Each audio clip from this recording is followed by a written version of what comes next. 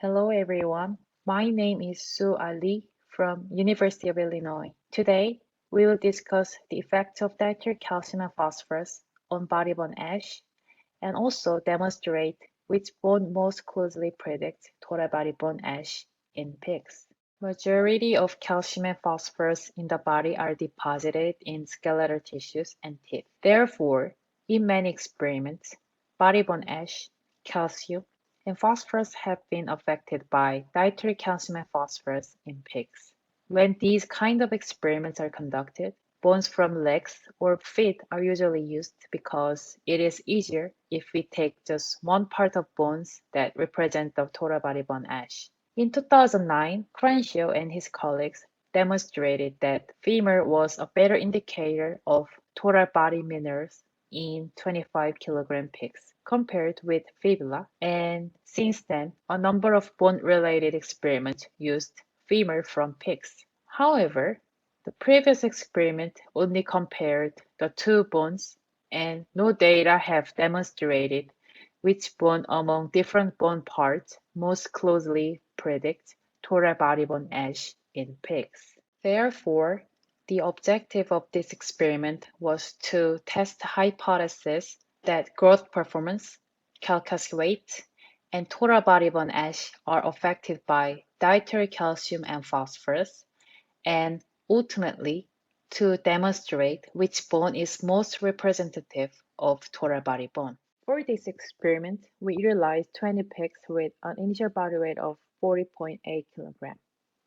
Because there were two diets, 10 replicates per diet were used. First diet contained corn, soybean meal, calcium carbonate, and dicalcium phosphate (DCP) as calcium and phosphorus sources, and contained only 60% of the requirement for calcium and phosphorus. Second diet also contained corn, soybean meal, calcium carbonate, and DCP, but contained calcium and phosphorus at the requirement of pigs. It was a 28-day feeding trial. Body weight and feed intake were measured on day 1, 14, and 28. At the end of the trial, pigs were euthanized and weight of carcass was recorded. Total bones, except head, were collected and stored separately. The individual bones were third and fourth metacarpals and metatarsals, femur, tibia, fibula, third and fourth ribs, and 10th and 11th ribs. All other miscellaneous bones were used as well. Total bone ash was calculated as the sum of the individual bones and the miscellaneous bones. Let me briefly explain how body bones were processed.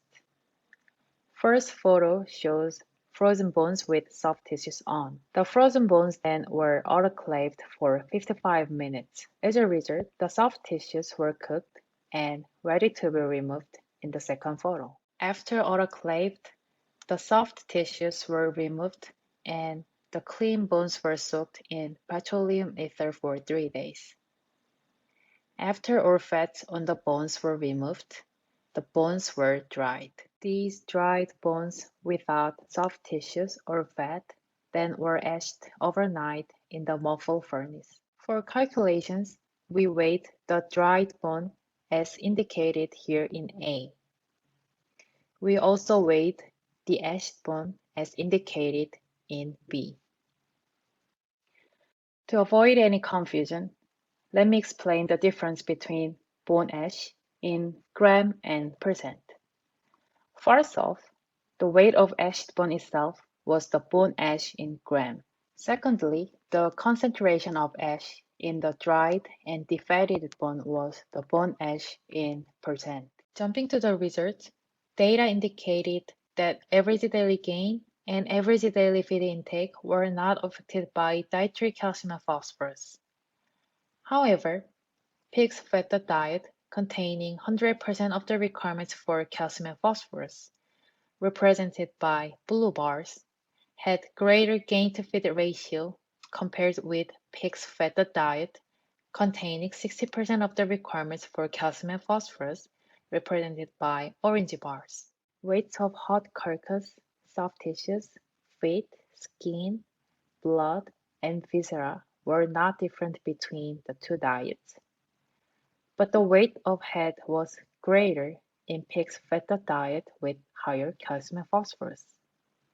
This may be because the big portion of the head is skull bones. We are looking at the weight of bone ash in gram. Weight of total bone ash and all other individual bone ash were greater in pigs fed the diet containing 100% of the requirements for calcium and phosphorus, compared with the diet containing 60% of the requirements for calcium and phosphorus. Same was observed for weights of calcium and phosphorus in bones. Looking at the body bone ash in percent of defatted dried bone, the ash concentrations in body bones ranged from approximately 54 to 62%.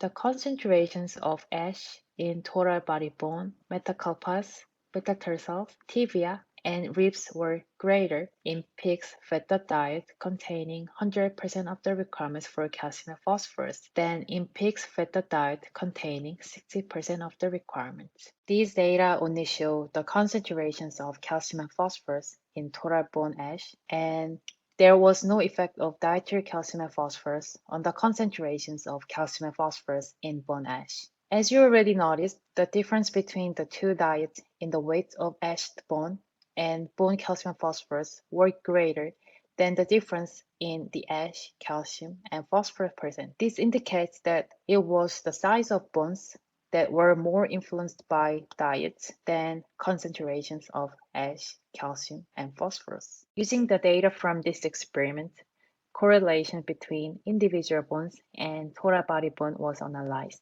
Because it looks complicated if all lines are lying in one graph, I will show you the correlation graphs in 3 separate slides. The correlation coefficients are between weight of total body bone ash in vertical axis and weight of individual bone ash in horizontal axis were 0.957 and 846 for tibia and femur respectively. As discussed before, femur has been frequently used when calcium and phosphorus related experiments are conducted. So, keeping in mind that femur has a coefficient of 0.846, the correlation coefficients were 0.929, 0.956, and 0.971 respectively for fibula, metacarpals, and metatarsals. Even though any statistical comparison was not possible, we can see that the correlation coefficient for these three bones were greater than that for femur. The coefficients were 0.876 and 817 respectively for 10 and 11 ribs and third and fourth ribs. The previous graph shows that the correlation between weight of total bone ash and weight of individual bone ash in gram ranged from 0.817 to 0.971. The correlation coefficient for bone ash in percent, however, were lower than those for the weight of bone ash, and the coefficients ranged from 0.539 to 0.741. The correlation coefficient for calcium and phosphorus concentrations in bone ash were close to zero, and all of them were not significant. This again indicated that the composition of calcium and phosphorus are not likely changed much. In conclusion, pigs fed the diet containing 60% of the requirements for calcium and phosphorus showed the reduction in growth and total bone ash in both gram and percent. However, there was no effect of dietary calcium and phosphorus on the concentrations of calcium and phosphorus in bone ash. Based on the correlation coefficient, metacarpals, metatarsals, and tibia were better correlated with the total body bone ash than other bones. I would like to acknowledge the sponsor of the study, AB Vista, and I'd also like to thank my fellow lab members. Without their help, this experiment would not have been possible. If you enjoyed my presentation and you'd like to know more about pig nutrition, visit our website. You can find the website by Googling pig and Stein. Thank you for your attention.